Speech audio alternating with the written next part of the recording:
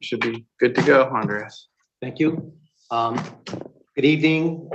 Welcome to the Town of Newington Conservation Commission meeting for November 15th, 2022. It is 7:01. Ms. Gibbons, please call the roll. Commissioner Ancona. Commissioner Bashand. Here. Commissioner Conway. Here. Commissioner DeHaas. Here. Commissioner Paskowitz. Chairman Saydil. Here. Commissioner Wagner. Here. Commissioner Wemette.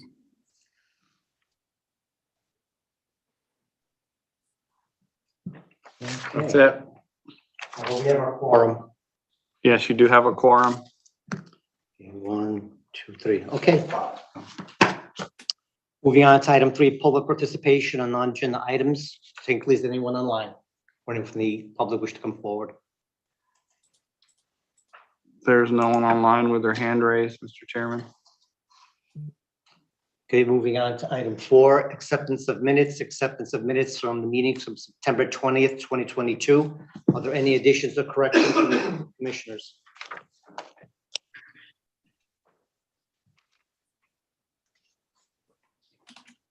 Anyone online with corrections or additions? This is Commissioner Conway. I make a motion to accept the minutes of September 20th.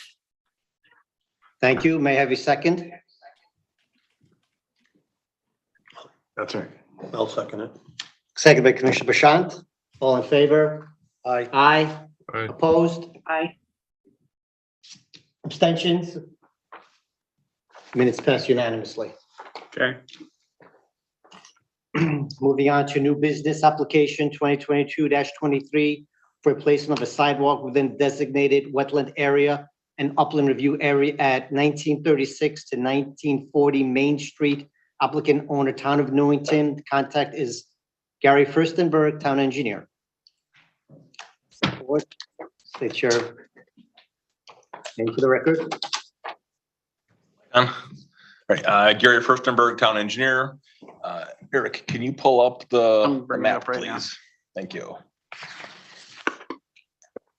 So in summary, the town, we have plans for improving the sidewalk network throughout town, whether it be sidewalk connectivity, sidewalk safety, all of the above.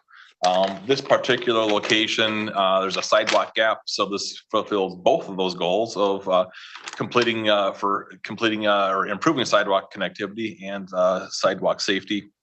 It's about 400 feet of sidewalk. We're looking at or improving the sidewalk network throughout town. There you go, Eric, thank you. And the area of the wetland, or the area that your commission would be concerned about, would be the southern end of the project here. Where we cross, it's an unnamed brook. There's a culvert pipe there, a concrete box culvert. And we cross the box culvert, and we cross the waterway. And is there a little impact to the upland review area, Eric? Is that what we're showing there? Yeah, so you have some impact. You can see Just for a reference, we're talking about the far south end of Main Street, correct? Past the dump before the. No, it's not past the dump. This is essentially the opposit the Churchill Park. Okay. Right. By Churchill Bridge condominium. Oh, that's right. So that was already Yes. done. That other section may have already been done then. I remember talk about that. That's another funding thing we're dealing going forward. But nonetheless, the project you're talking about, John, is on the west side of the road. This project is on I see the the east bend side in of the the road. road. That's why I was a little confused. Yes. Okay, now I know exactly where you're talking about. We call Just it before the auxiliary parking Right, area or overflow. jog end of the state corridor there. Can you point out the actual wetland area, the small area? It's just very hard to understand. It's right here. It's like 200 square feet, right where you can see this little gray notch come up. The tip of the arrow is on the tip of the wetland, then it kicks back this way. So as the agent, statutorily, I can't approve anything within the wetland proper, so that's why this is before you. Commission, yeah. So are you just full replacement or are you doing an extension as well? It's essentially all new sidewalk here. There's no sidewalk there presently. There's sidewalk further to the north and there's sidewalk further to the south. And our objective is to complete the sidewalk gap there. And it happens to cross the brook and impact a little bit of the wetlands there. I'm sorry, I had that noted wrong on the application. It says a replacement of the sidewalk. It is a new sidewalk. Yeah. So, sorry about that. Okay. Go ahead, Commissioner Bashir. The culverts will stay, right? They're existing. That is correct. Nothing's gonna change, so you're gonna construct right over them. Correct. Yeah, the culvert is long enough where there's no need to extend the culvert or, change the water course there. When were you planning to have this work done? I know it's by end of November 2022 in the write-up. It's already mid-November. All right. Yeah, it's in a hurry. We're in design. I mean, we're in the design phase right now. I would anticipate, construction sometime next summer. That's realistic. And as far as erosion control necessary here, or? Yeah, we can install a silt fence along the limits of the project. That's fine. We can just, we'll update the plan just to show the silt fence on it. I mean, it's essentially, I'm fine putting up silt fence. That's fine. I guess I'll ask you a question. Are you talking on both sides or just one side? Anyway, you think is, I think anything that protects the wetland, anything, that's basically why I'm here, so. I would think on the inside. Yeah, would be appropriate, you know. Inside that's more protective. I think putting on the outside is kind of gonna be pointless. I think, that's where the curb is. You're on one side and that way you can work on the other side and not have to stay in a tunnel. And I guess I'm sort of thinking if we put it on the town property, that would be, and on the town portion, it does cross it's in the public right of way, but it isn't, the public right is in front of two private properties. I think if we're able to put it on the town side, that would be protective of both the residential properties too then. I think when you got to the Commissioner residential, Bashant. oh, sorry. Go ahead. I think when you got to residential properties, it may be redundant even at that point, so. Yeah. Because there's no more, actual physical wetland there. And it's fairly level ground too, for the most Someone's part. lawn, right? Yeah, Basically. right. I'm sort of saying, I'm not really crazy about putting silt fences in front of somebody's front yard. I don't think that's I think we necessary. put it, in the portion that the town owns in that corridor, that would address everything, Where I it's think. steeply sloped to the water. Yep, yeah. That's Anyone, my opinion anyway. okay, anyone online have any questions for the town engineer? Commissioner DeHaas. No questions. Commissioner Conway? I'm all set. Thank you. That's all we have online, right? Commissioner Wagner. I am all set. Thank you. All right, so we'll table this to our next meeting. I don't have no further questions. Good. Right, thank you. Discussing a public, Public hearing. Yes, we do have to. or is do that when we? I usually do, it's on the revisit it? motions. You can make that motion it's because it's back on old business and. Right, So Hold we on. would do it then? 1 second. Let me just. No, I'm sorry, you can't do it now because they didn't put it on old business. Yes, You can do it now. yes, sorry. Okay. So, our acting secretary may have a motion on application 2022-23 at 1936 to 1940 Main Street for the replacement of a sidewalk within the designated wetland area and upland review area. Owner applicant, Town of Newington. Contact Gary Furstenberg, town engineer. Motion not to have a public hearing is my advice. May I have a second? Shall we call the roll, Ms. Gibbons? Yeah, sorry about that. Commissioner Bashand, I agree, no public hearing is necessary. Commissioner Conway, Yes, no public hearing is necessary. Commissioner DeHaas, Yes, no public hearing. Sorry. Chairman Saydel, Yes, no public hearing. Commissioner Wagner, Yes, no public hearing. 5-0. Thank you. All right, moving on our agenda. Item B, under new business application 2022-24 for modification of permit 2022-01 to expand a parking lot within the upland review area at 249 Day Street. Applicant owner 249 Day Street LLC. Contact Peter Mirabelli. Mr. Commissioner Ancona has just come online. I think he has a question. Yes, for the record, I was here at 7:07. My apologies. Okay, Ms. Gibbons, please note that in the minutes, please. I will. Good evening, Mr. Chairman, members. I'm Bob Ludgen. I represent Mr. Mirabelli and his company. Who's it, 249 Day Street. Bob Ludgen, L-U-D. Ludgen? G-I-N. Thank you. Sure. Please continue. Well, I think the application spells out pretty clearly what it is we're looking for. And I think more to tell you than I do. Eric, you got- Just pause for a second. Yes, Alan.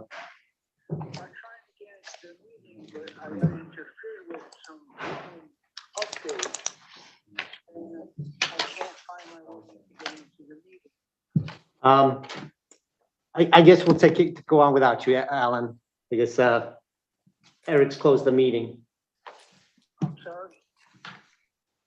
But he said he can't get in or Yeah, something. can't get in. You can come down, or we can call him in. I don't know what to tell you, Alan. Let's continue. We'll talk later, okay? All right, I apologize for Alan. Mr. Paskowitz was having issues getting in. I'm gonna put my phone on silent for now. Anyway. I neglect not doing that. I apologize. So please, what was your name for the record, sir? For the record, my name is Jim Cassidy, professional engineer and principal with the firm of Halsey, Pearson Cassidy. Can you call up the plans, Eric? If I call up on mine, you're gonna get a lot of feedback. That's what was going on before. So we're here tonight representing Peter Mirabelli of 249 Day Street LLC. We were before you in February of this past year.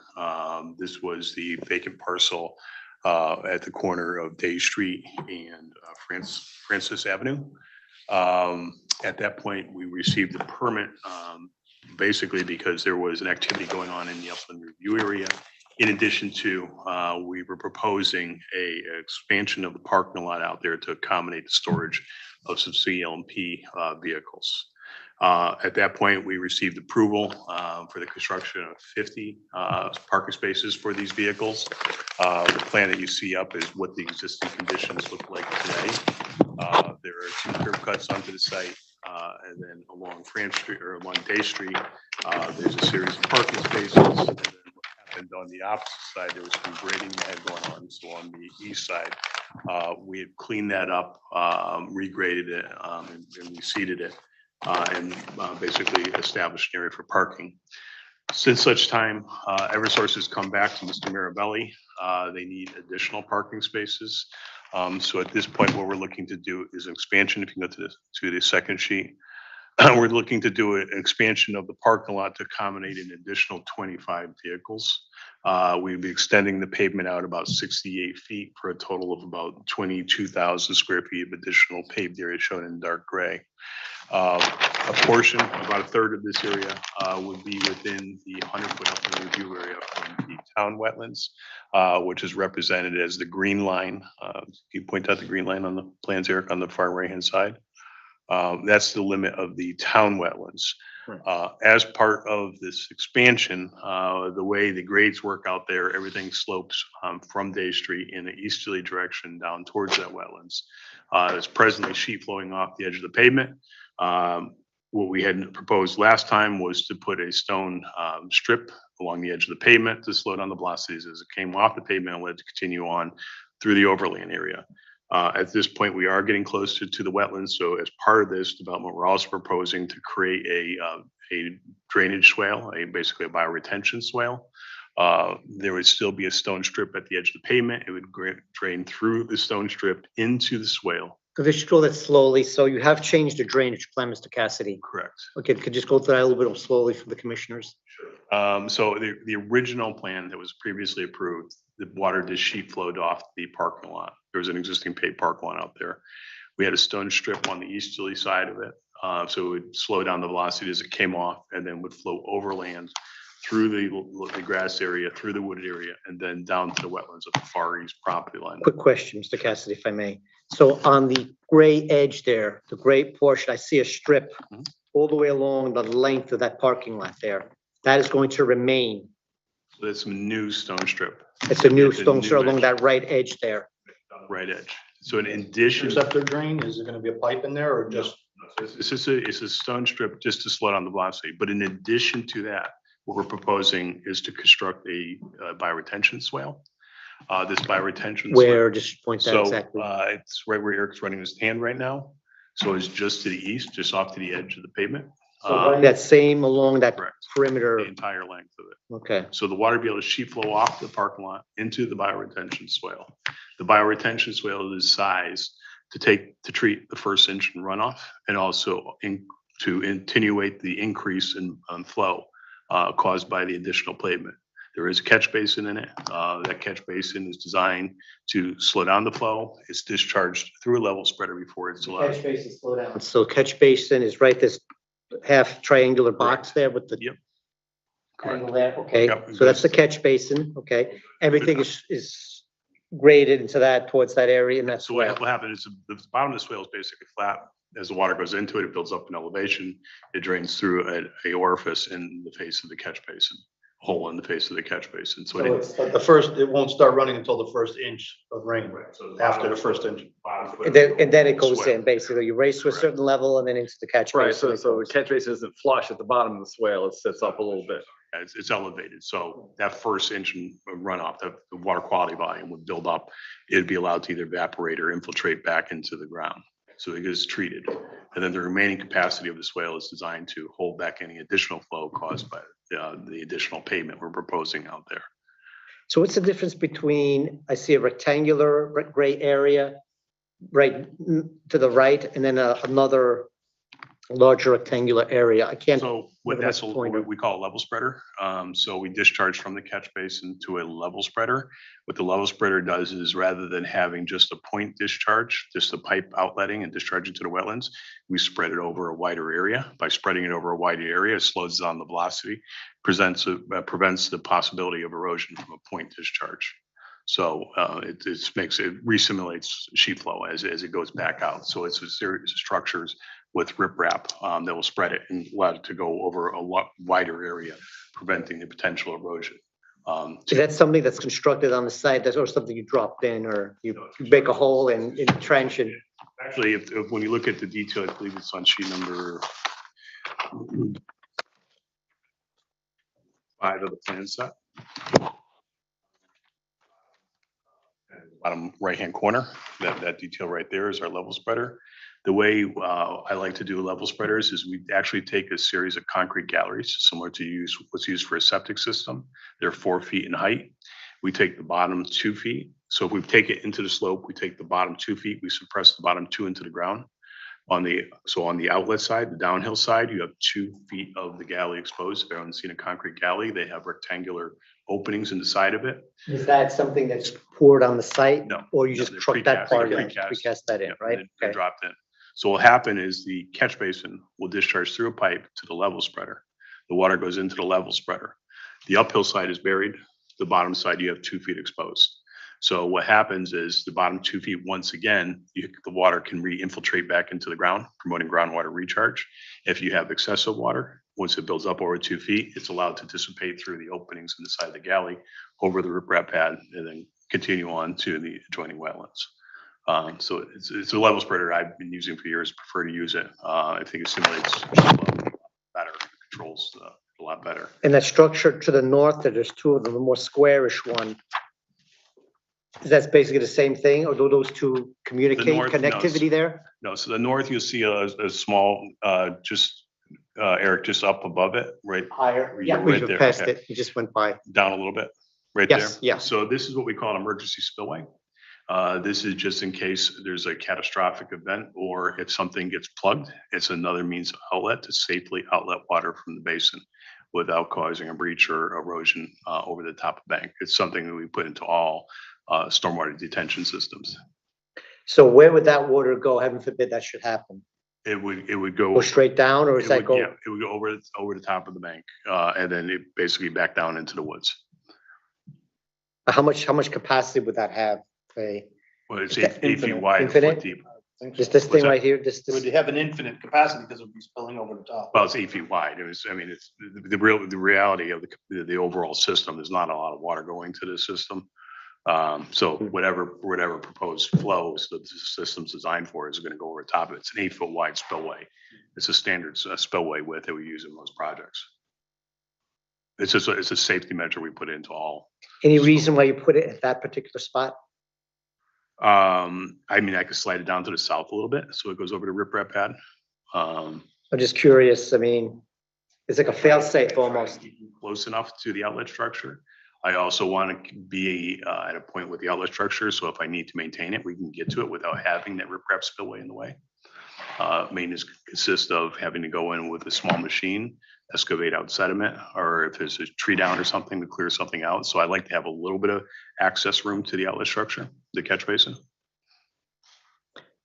Any type of maintenance that would over time, once this is installed? This is designed basically as a moist bottom basin. It would just be periodically mowed. So it doesn't get overtaken with invasives and woody growth. So it's twice a year, spring and fall, it would have to be mowed. And the applicant provided a maintenance schedule on the updated plans. So the other thing I would bring up is, since the last application, we also had the actual wetlands delineated out there. The application we had before you, the activity is based upon the town wetlands. We had Davison Environmental go out and actually delineate the wetlands. I think Eric Davison, who is a soil scientist, is online. So if you have any questions about what he actually found out there. Yes, I do, but I want to go back to the plan. So as of the wetlands itself, what's the boundary between those wetlands? I see we've gotten smaller. It's smaller than what's on the map, okay? But what's going to be that boundary in between when you go into the wetland proper there, past that green dot dashed line? It would remain woods. Nothing's proposed beyond that. No. Okay. All right, I'm ready for the soil scientist. Okay, so Eric, if you're online, can you just explain to him what you found out there when you went out and delineated the wetlands? Guess where I was? In the staircase.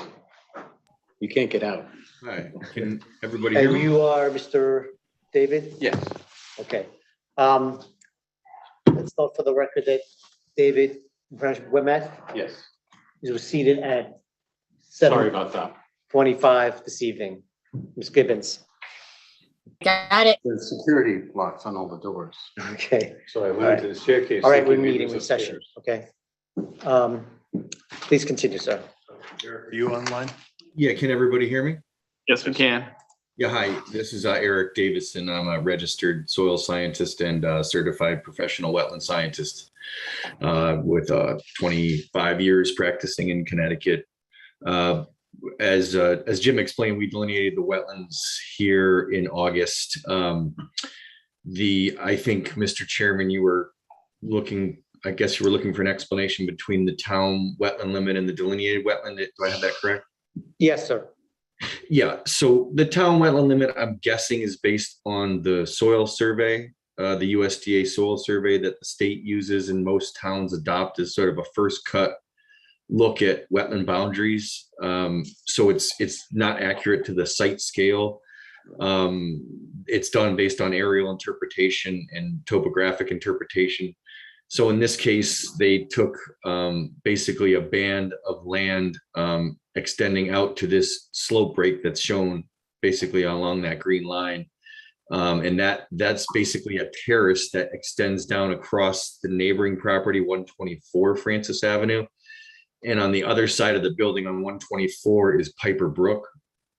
So I think what they are showing is a band of wetlands and floodplain soils along Piper Brook, which may have existed historically, but are no longer present in that format. So the wetlands that we delineated are just two small isolated wetlands.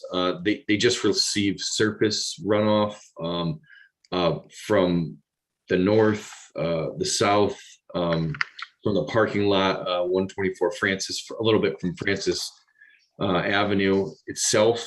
and then a little bit from the site proper.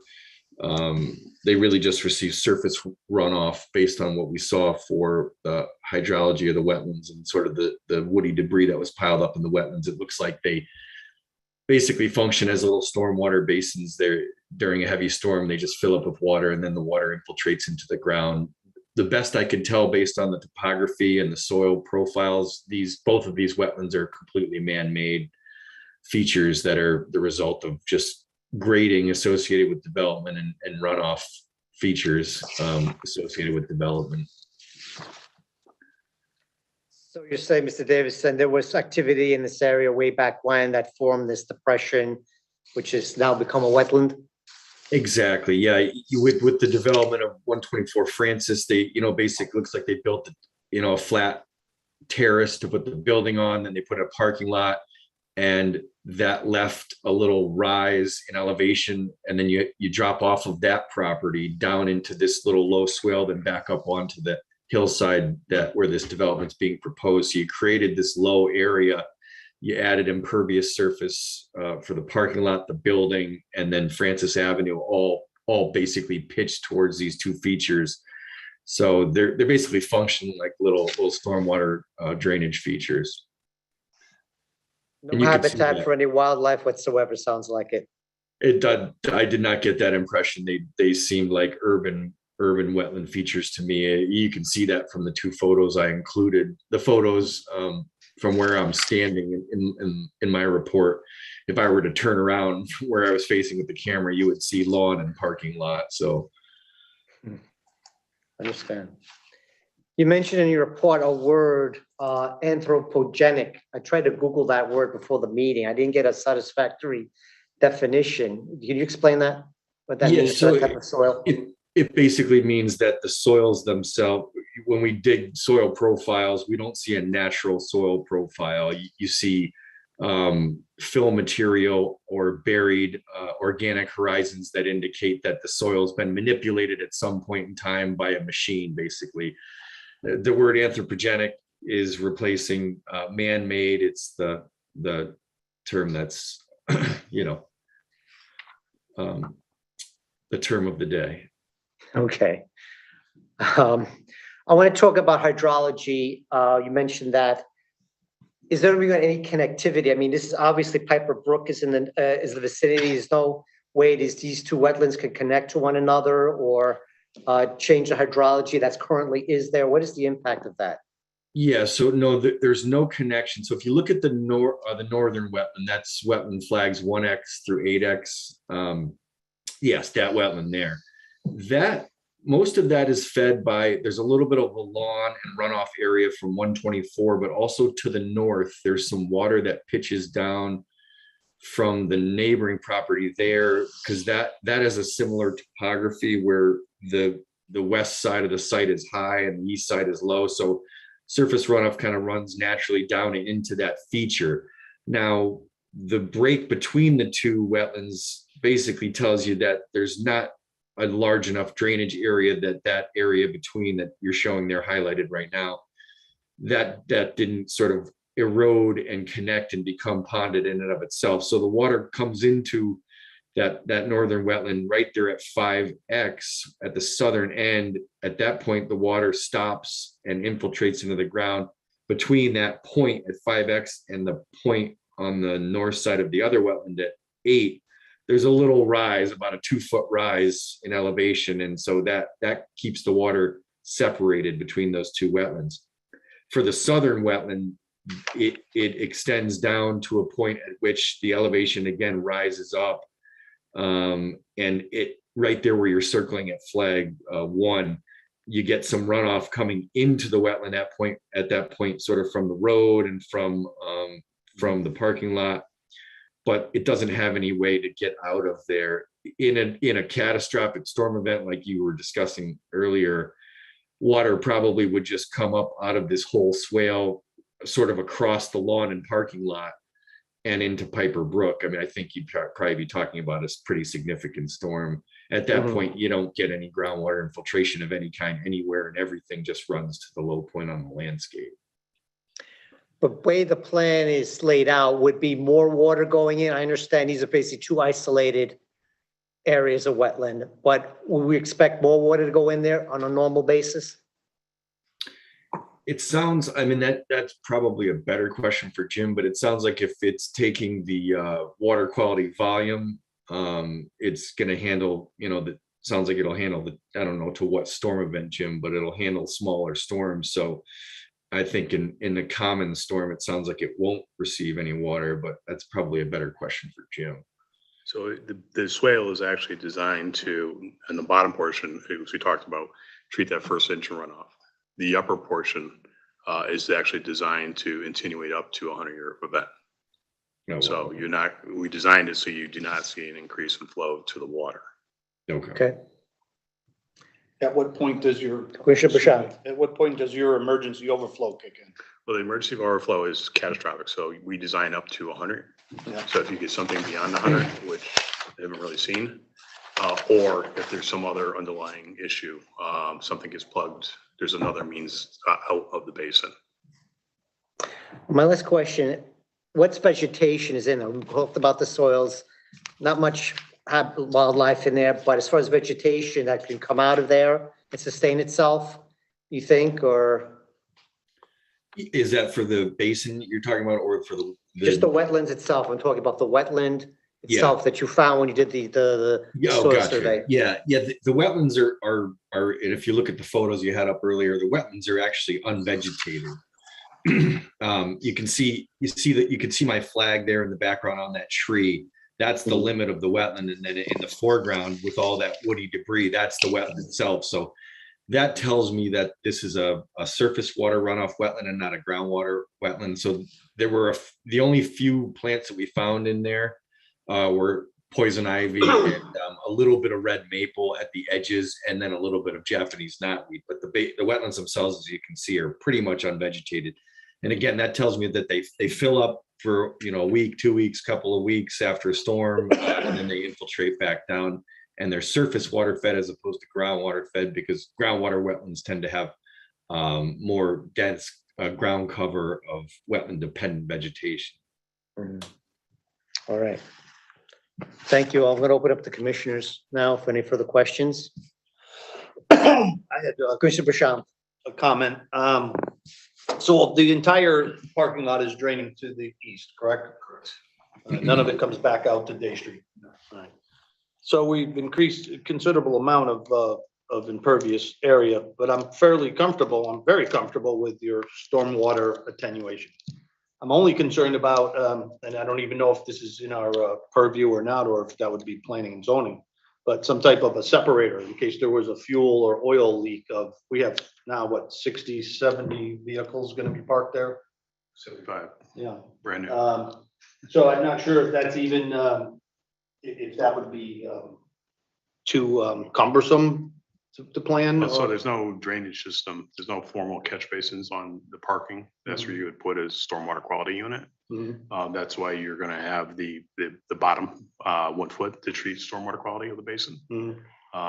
That's sort of captured. I mean, if there was ultimately a fuel leak, the owner would have to notify DEP, and they would have to do a cleanup on the site, and that would occur in that basin area. So there's no practical way to build no- in I a mean, separator without a existing storm structure. You need a storm structure. We'd have to propose storm structures, and quite honestly, by doing storm structures, I think we're taking away some of the advantages we have here by letting water sheet flow off into a swale instead of having a regular storm drainage system like you have in a town roadway.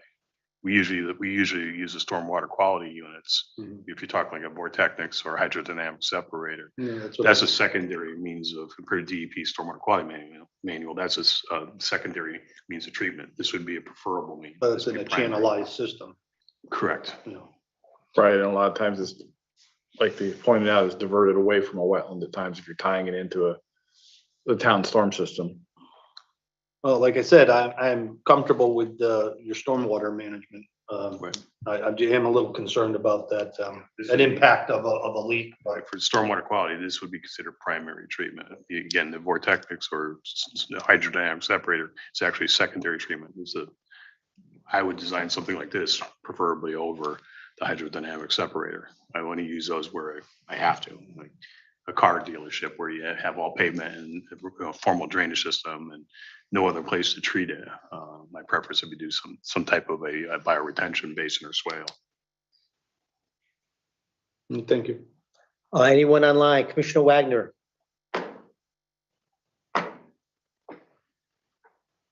I'm all set. You? Commissioner Ancona? I'm all set. Thank you. Commissioner DeHaas? I'm all set. Thank you. Commissioner Conway? I have no further questions. Thank you. Commissioner Moet? Do you have any some questions? Okay, very good.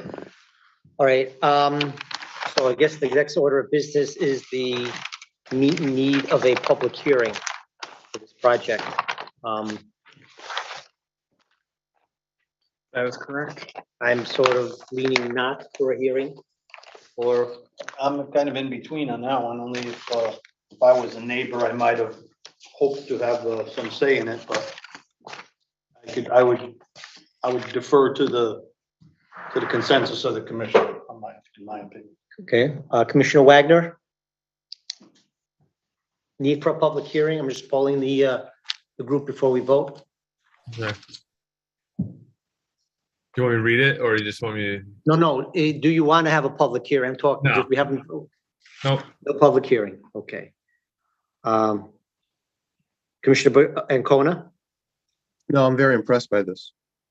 Okay, thank you. Commissioner DeHaas? No public hearing. Thank you. Commissioner Conway? I'm a little bit concerned about it myself. But I guess I would lean towards no public hearing. So no, Okay. I'll go ahead with that. No public hearing necessary. Thank you, Commissioner Conway. Hello, Chairman Sedil, this is Alan Paskowitz. I'm on. Hello, board. Alan. Hear me? Yes, I can hear you. What time did you arrive, sir? Even though I haven't been a participant live, Excuse me, Commissioner Paskowitz? yes, can you hear me? Have you heard the testimony from the applicant? What time Yes, did you I chime have. into the meeting? I'm sorry, What time did you come into the meeting? about 20 minutes ago, 20? roughly. All right. So I take it you've heard most of the discussion on this application? Yes, I have, sir. And what is your feeling regarding a public hearing for this? I don't feel it's necessary at this point. All right. Thank you. If that's the case, then may have a motion on, let's see, what's this one here? 249, application 2022-24. A 249 Day Street for modification of permit 2022-01 to expand a parking lot within the Upland View area. Owner applicant 249 Day Street LLC. Contact Peter Mirabelli for a motion for no public hearing. May I have a motion, please, from someone, or, I'll make the motion. So I said I would defer to the consensus of the commission, so. okay, Commissioner Along Bashan? with no public hearing. Proposed activity will have no significant impact to the regulated area, will not require a public hearing. Thank you. May I have a second? My second, Commissioner Wagner. Second by Commissioner Wagner. Ms. Gibbons, please call the roll. Yes for no public hearing. Okay, Commissioner Ancona, Yes. Commissioner Bertrand, Commissioner Bertrand, Yes. Commissioner Conway, Yes. Commissioner DeHaas, Yes. Commissioner Paskowitz, Yes, Chairman Sadil, Yes? Commissioner Wagner, Yes. Commissioner Wimett. Yes. All right, passes unanimously. So we will table this till next. Table action at the next meeting, regular scheduled meeting in December. December? Okay. Appreciate it. Thank you.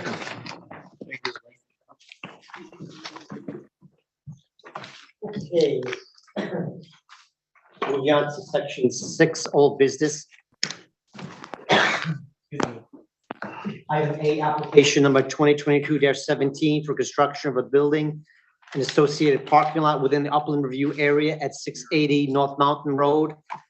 Applicant owner Ballamore LLC. Contact is Kevin Summers. Is the applicant online? Yes, I believe Mr. Vaca is available, representing the applicant this evening. That is correct. So name, what was that name? Frank Vaca. Vaca, okay, Frank Vaca. It's just name and address for the record, please, Mr. Vaca. My name is Francis Vaca. I'm a professional engineer at the BAC Group in Glastonbury, Connecticut. I'm here representing Alta Properties. The property is located at 680 North Mountain Road, and they are a developer located at 705 North Mountain Road in Newington. Okay, are there any changes since 2 months ago we first discussed this application? Are there any changes? I know the one item we had was relative to the snow removal and the position of where that snow would be relative to the wetland. Do you have any comments regard to that regard? There have been some very minor changes just based on planning and zoning approvals. We have not met in front of planning and zoning. That's going to be next Monday. We have added some additional space in the front area for parking. For snow removal. It's basically in the center of the parking area that can be designated for additional snow removal around the front of the building. When you say front, I've got the old map from the last meeting here. I guess it's not in the upland review area. Is it basically it's the bottom line? That's correct. Yeah, all of the modifications have taken place outside of the upland review area, and all of the snow storage will be located in the front of the building and will not discharge in the direction of the wetland. Okay, any other minor changes you said? Is that the only one or that you care to discuss? That would be the only one that would have pertinence to this commission. Okay.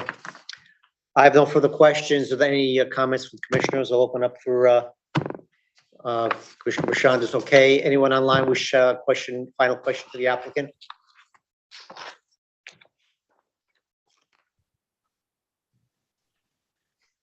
I'm going to hold the group real quick, Commissioner Wagner. I guess the question I have is that I believe Commissioner Wagner and Commissioner Ancona were not present at that meeting. Let's see.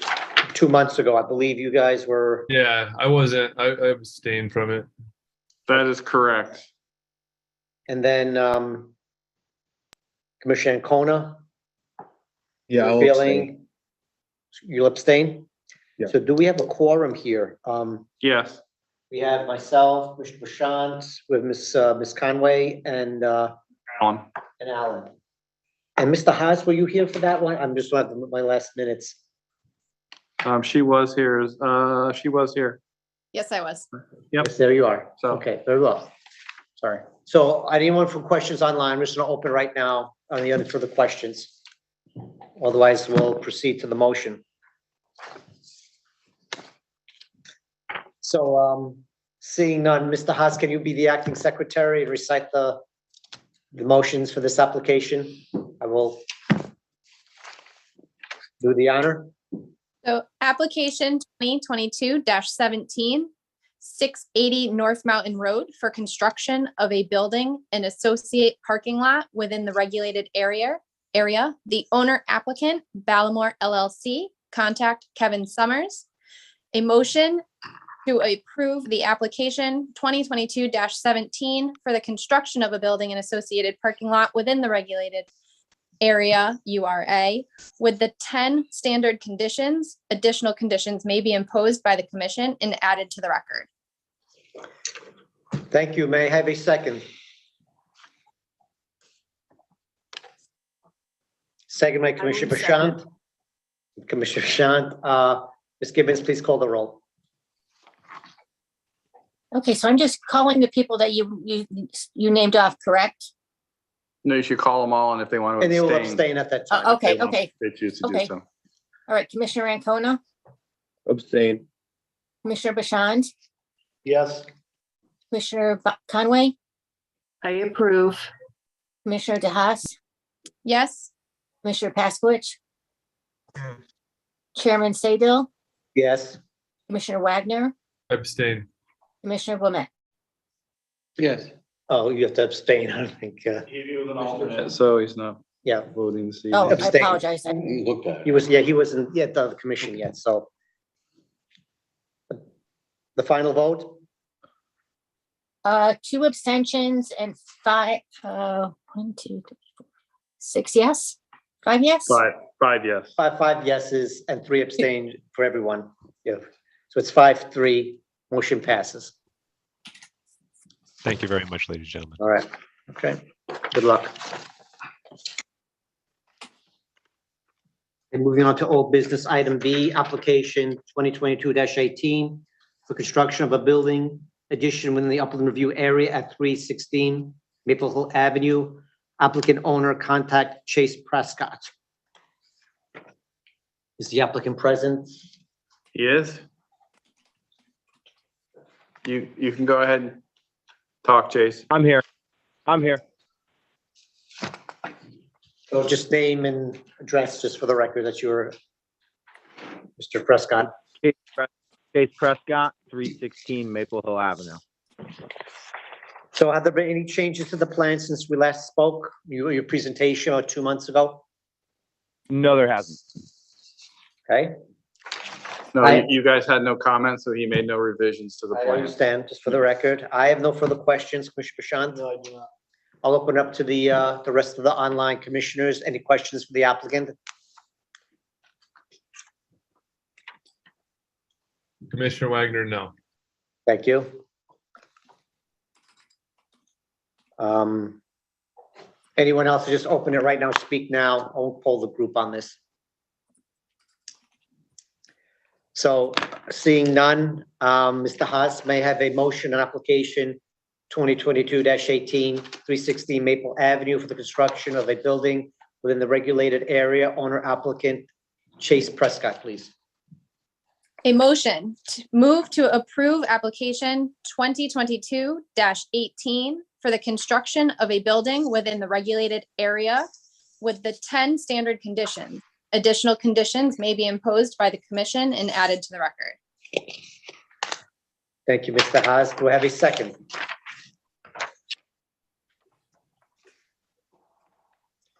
Second by Commissioner Bashant. We will have the same situation as we did earlier with the voting. Ms. Gibbons, please call the roll. Okay, Commissioner Ancona, Abstain. Commissioner Bashand, Yes.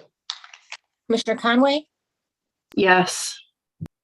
Commissioner DeHaas, Yes. Commissioner Paskowitch, Yes. Chairman Saydel, Yes. Commissioner Wagner, Abstain. and Commissioner Wilmette. Abstain. Okay. So it's 6-3. It's actually Yeah. 5 because he's actually not voting. Okay, well, He's an alternate. anyway, I Yes, give- understood. That's fine. Motion passes. Good luck, Mr. Prescott. Thank you very much. All right, moving on to item 7, public participation on non-agenda items. Mr. Hinckley, is there anyone on the line wishes to speak for 2 minutes? No one has their hand raised.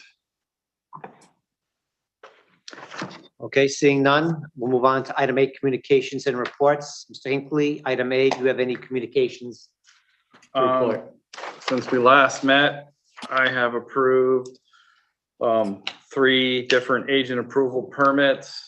One at 26 Dowd Street for a detached garage in the Upland Review area. One at 70 Ponderosa Lane for a deck in the Upland Review area. And a third at, there's really no address, it's from Vivian Street to Maple Hill Avenue. The town replaced the path, the bituminous path that came out to Maple Hill Avenue there. So I approved all of those in the last couple months. I had a question. Okay, Commissioner Bashan? When you do those agent approvals, do you run them by the chairman? Sometimes I do, if they're the innocuous ones, not necessarily, like if it's a sheds, decks, pools, for the most part, I Like try a not to garage bother them. I mean, a garage, that was, if it would have been one with a foundation, yes, this is one that was getting Oh, one of delivered. It was a those Clotter delivered- Farms oh, okay. garage getting dropped on a pad. Okay.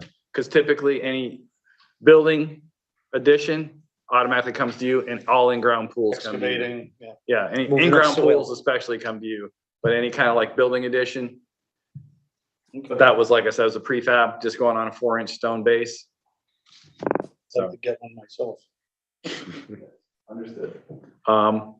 Otherwise, that's all I had. Thank you. Item B, Town Council Liaisons and Communications. I see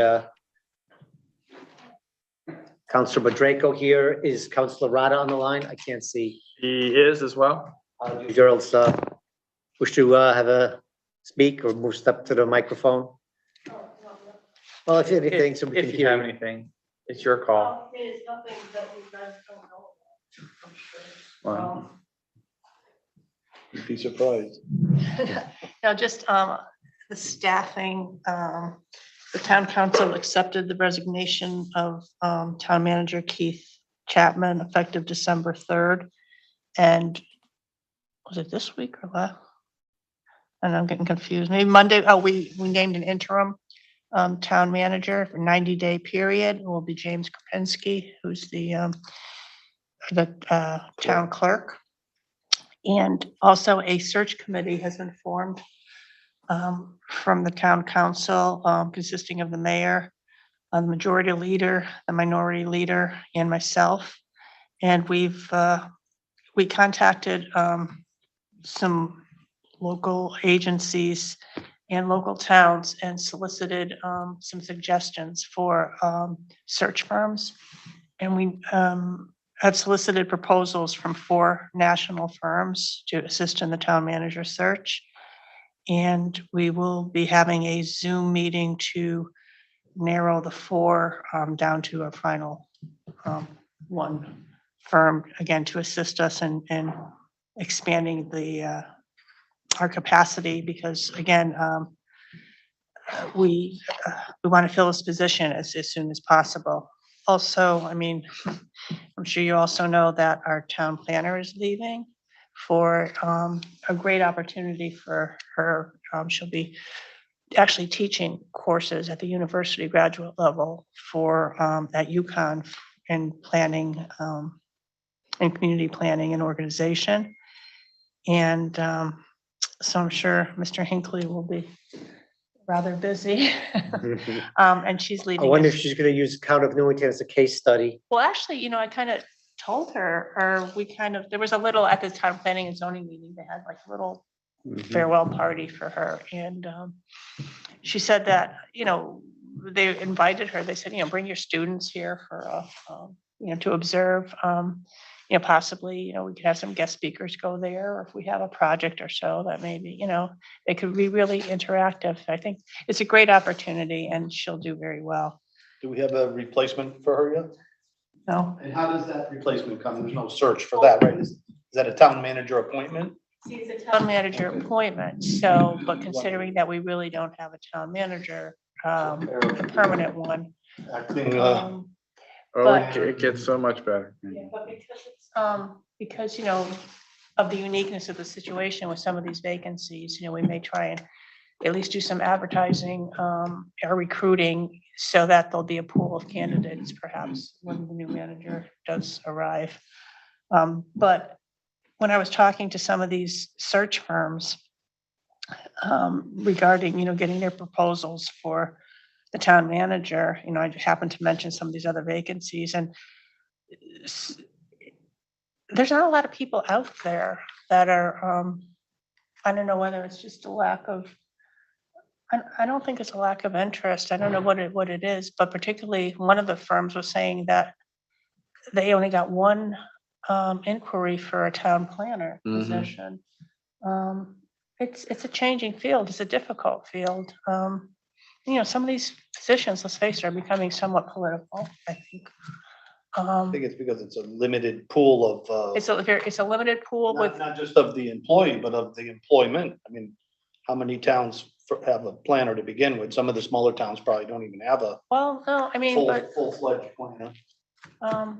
there's They a all lot know of, each other, I know that. there's a lot of vacancies out there nationwide, though. If you look on some of these job boards, there's an awful lot. But again, maybe it's location, maybe people wanted, I don't know. Be where it's warm and sunny and not scraping our cars off when apparently the snow is on the way as we speak. Felt like it today. Yeah, but Renata she brought a breath of energy into the position. Absolutely. Started some new initiatives, really has was very dedicated to looking through our zoning regulations, bringing them kind of up to speed, up to what the new realities are, whatever. So she will be missed, but hopefully we'll be able to find somebody to replace her. And then also the town engineer is leaving. Oh, no. Our buddy Gary? That was just announced today. Yeah, so What's going on? well, I don't know. I mean, You have to have a job fair. there's an awful lot of vacancies out there for these municipal positions now, an awful lot. It used to be where people, I mean, you were 20, 25 years with a town, 30 years and you retire. It's not like that anymore.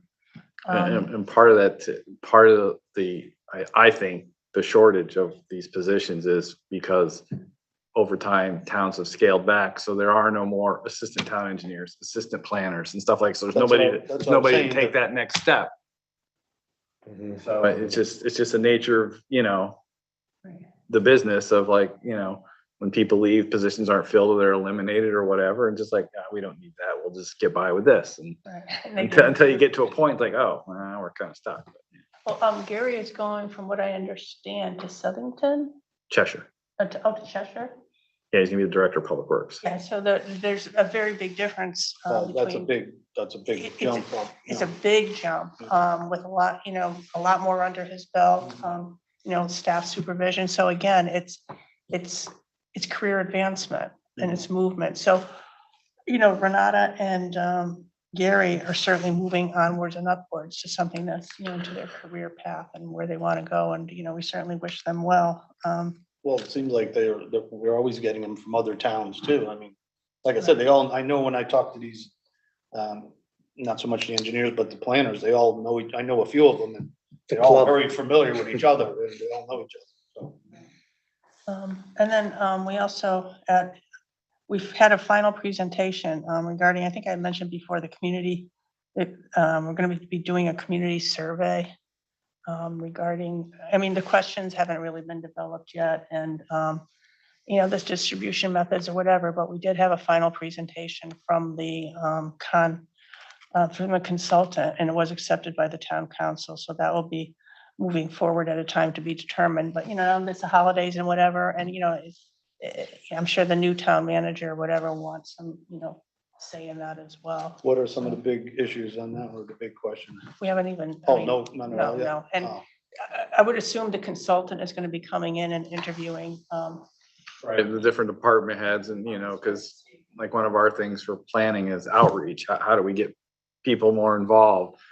People get involved when there's something they don't like or when, it's in their backyard. But otherwise, if something's happened over here in this part of town, if something's over here, they're not going to bother with it. It's just, how do you get even younger people? You just get involved in general. So it might not be necessary. There might be some issue specific questions, but like Eric said, it's like, okay, what's the best way to communicate with this demographic? Yeah. Or, get the word out.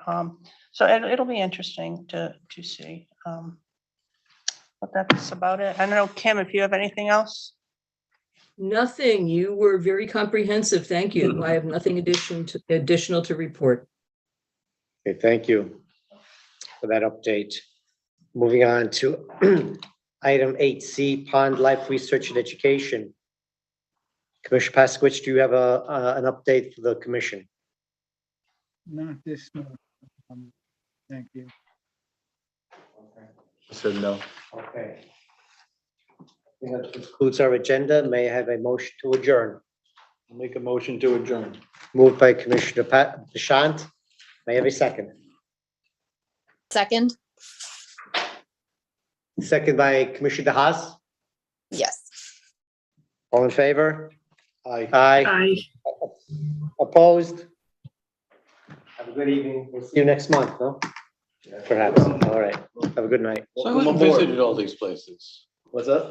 I looked in the agenda and I went and visited all these places. Make a parking lot into a bigger parking lot. Or maybe even to a smaller parking lot like this.